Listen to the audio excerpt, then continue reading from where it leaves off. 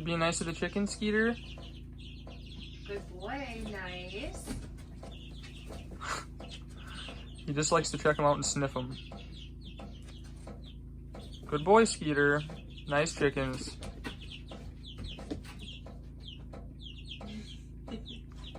No. Oh, no. Skeeter, no. Be nice. Nice.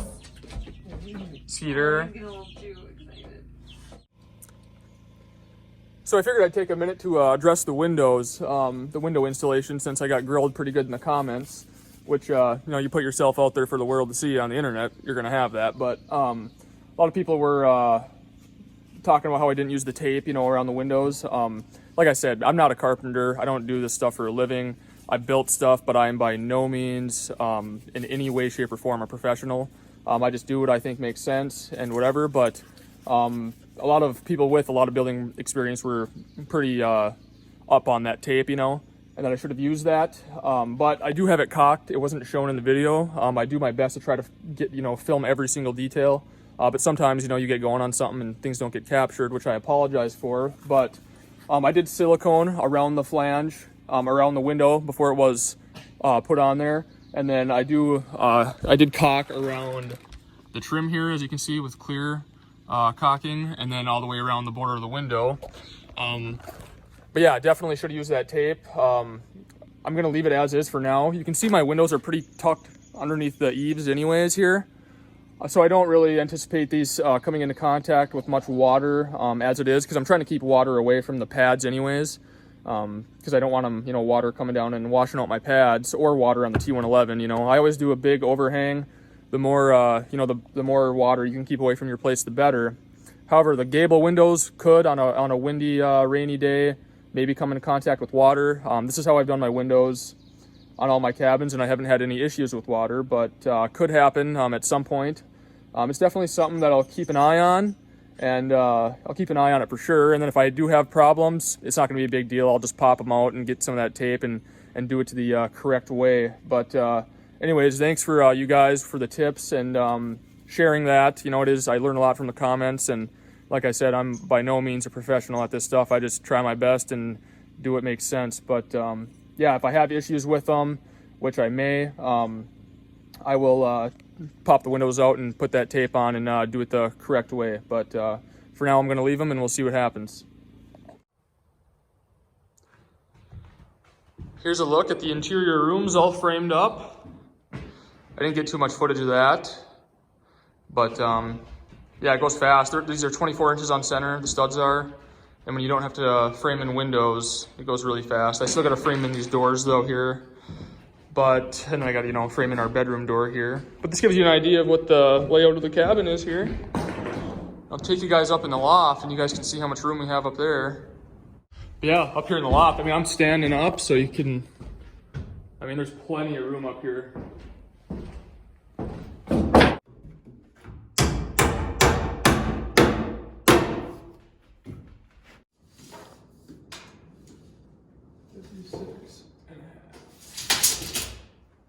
Yeah, that'd be perfect right there. Does that look good right Yeah. there? Mm-hmm.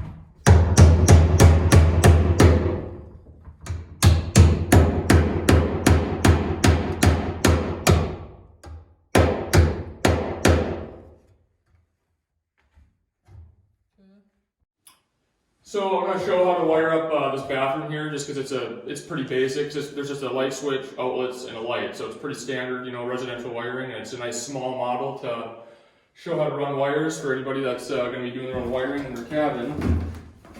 So obviously for electricity, you have to have power coming in from somewhere. Your power comes, from your panel. So this wire, our panel location is in here, but this wire is coming from the panel, so I need to get power somewhere in here.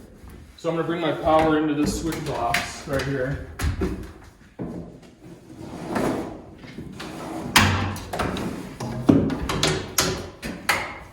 I gotta drill a hole here, but this is going to come down into the switch box, so there will be power here, and then I'll show you how the rest of this ties in. So this is the panel location, but obviously we don't have that yet. So I have everything labeled here: master bedroom, loft. So you definitely want to label your home runs, which is what brings power to the room that you're wiring from the panel. So this is bathroom. And I left it plenty long, so in case you want to move it or whatever, but it's going in this area somewhere.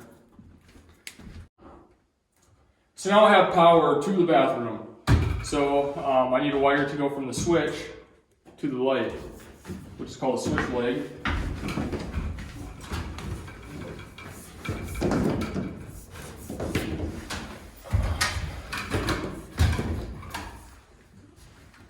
I kind of want to drill a hole here.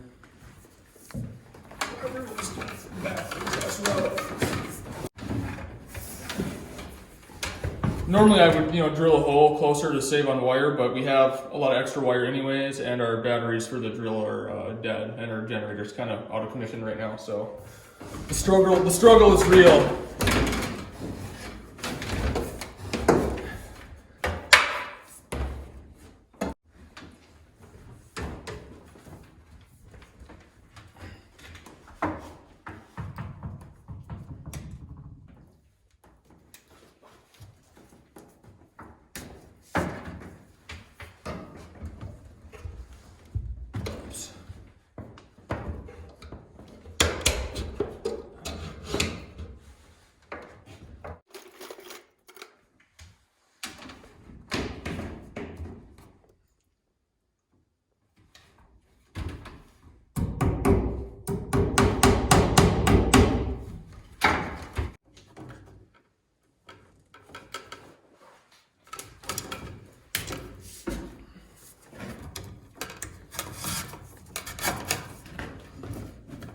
Okay, so now we have power to here. Now we need to get power to this outlet here. This is going to be 2 outlets in this box. But how a light switch works, because people get confused on this, on why if we bring power to the panel, to the switch, why the light's not on all the time. There's always power at your box, but the only time there's power sent up to your light is when you flick the light switch. So in order for electricity to work, there needs to be a continuous path from whatever outlet or light switch back to your panel.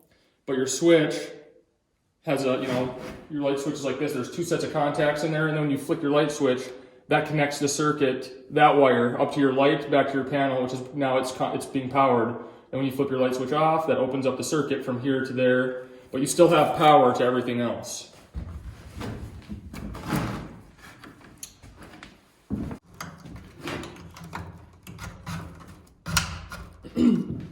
Okay, so obviously I gotta do some strapping here.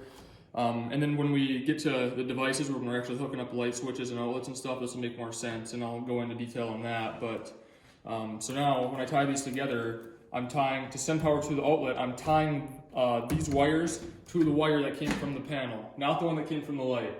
The one from your switch to your light is always separate. There you go, that's how to wire up a room. And then of course if you had, so I brought power to this, if you had more outlets or more things to power up, you would just tie them together, leapfrog them, daisy chain them, all the way around. And then, like I said, you'll have your home run is your wire, wherever, it doesn't matter where you bring power in to the room, but you need power from the panel to whatever room you're wiring. And then from there, you branch out to everything else.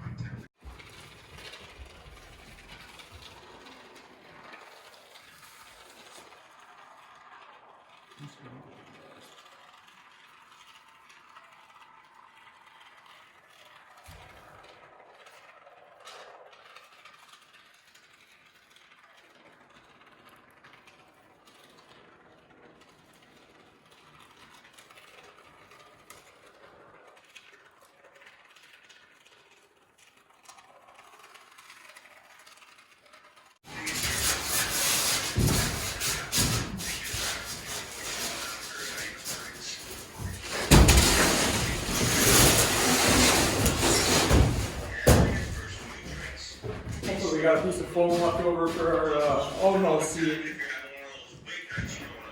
Alaska style.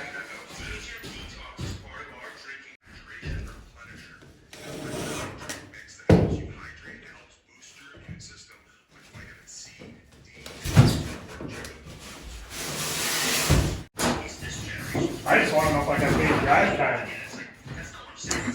You paid drive time? Did I get paid drive time too? We'll see. We'll see how you perform throughout the year. 22 and a half you're doing that, right? Or 22 and a quarter? 22 and a quarter. What you want? Was that what you've been doing? Yeah. Right in there, depending on how far the knife waves. Right. I was wondering, it's pretty good, so what do you think? Are they fitting good? Yeah. Check on that sketchy ladder there.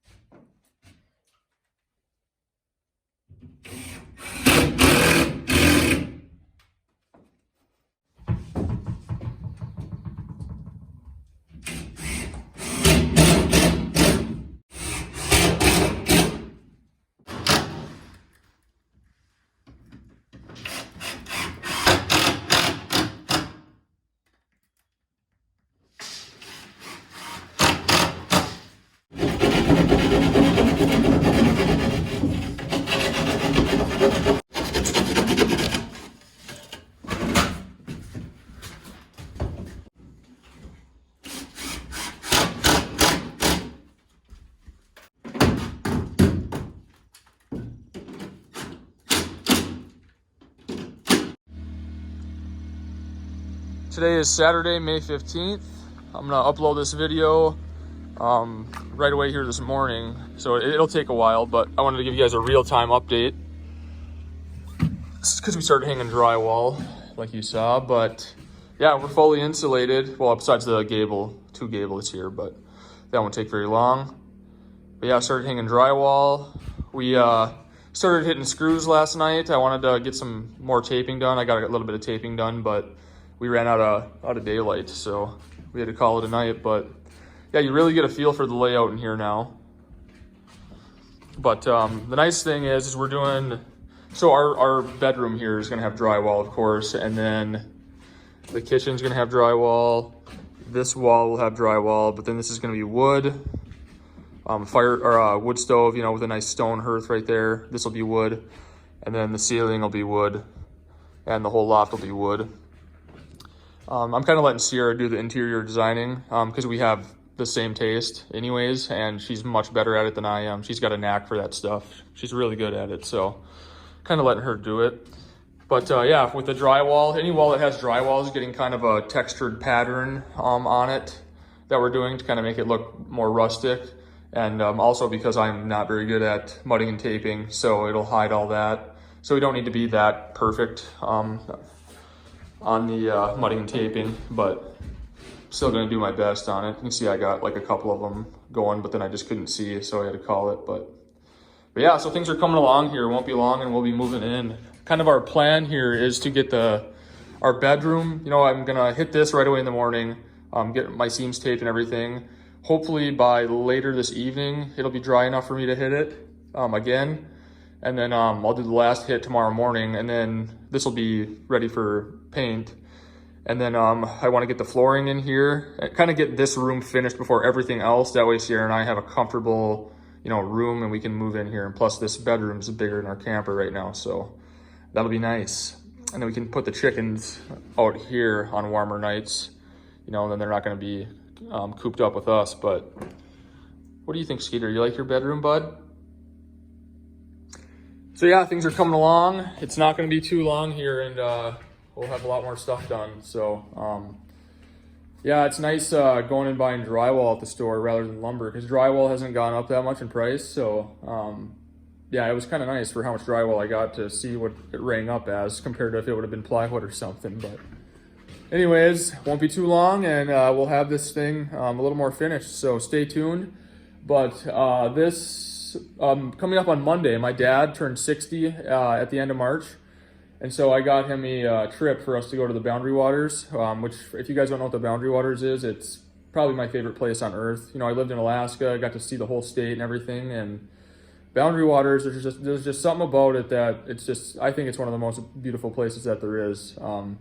It's remote wilderness, you know, a lot of lakes that go way out into the wilderness. Not all the lakes are connected. You know, you have to portage, you know, I mean, carry your gear and canoe, you know, on land to get to some other lakes, but it's an absolute blast. I mean, absolute tranquility, you know, it's beautiful there. So I'm excited about that. We're gonna do some trout fishing, a little camping for 3 days, but I will make a video of that. So if you guys have never been to the Boundary Waters or anything, I think you guys will really like that video. I'm really excited about it, and I plan on going there a few more times this summer. But as always, thank you for watching, and yeah, hopefully till up the garden next week too, and get some of that stuff going. But we'll see you guys on the next video.